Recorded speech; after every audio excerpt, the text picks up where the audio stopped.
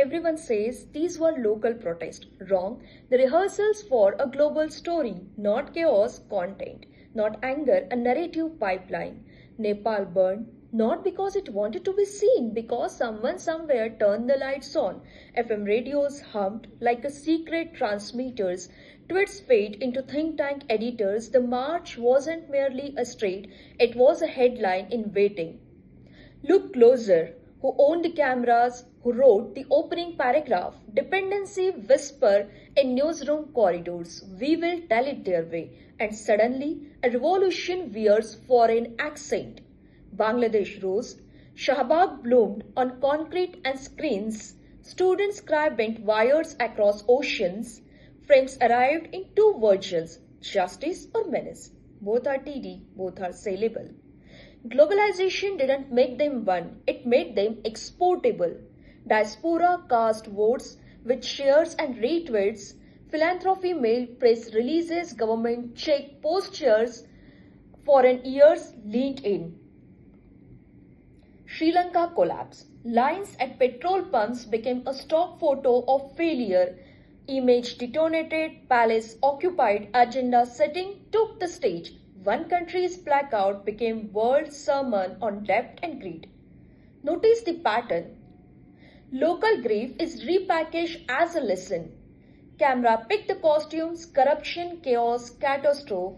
Same image is migrated from phone to feed to funder. Briefings follow like vultures with suits.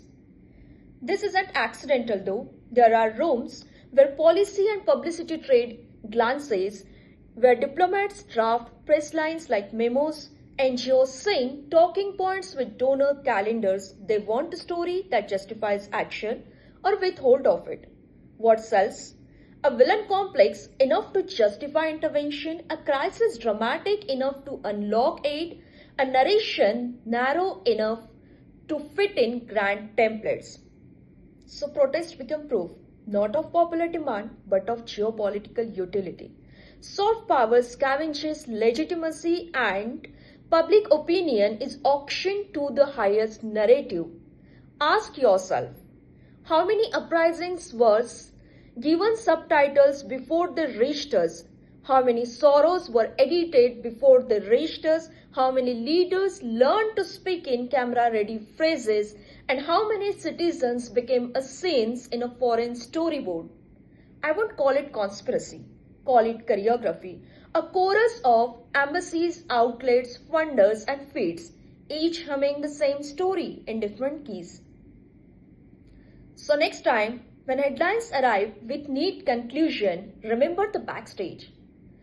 The editors, the donors, the diplomats with quiet agendas, remember that international attention can save a life or turn it into content. If this makes you unshift, say what it touched. We will keep it raw, not as analysts, as people surprised by truth. Diplomatic Decode, one story at a time.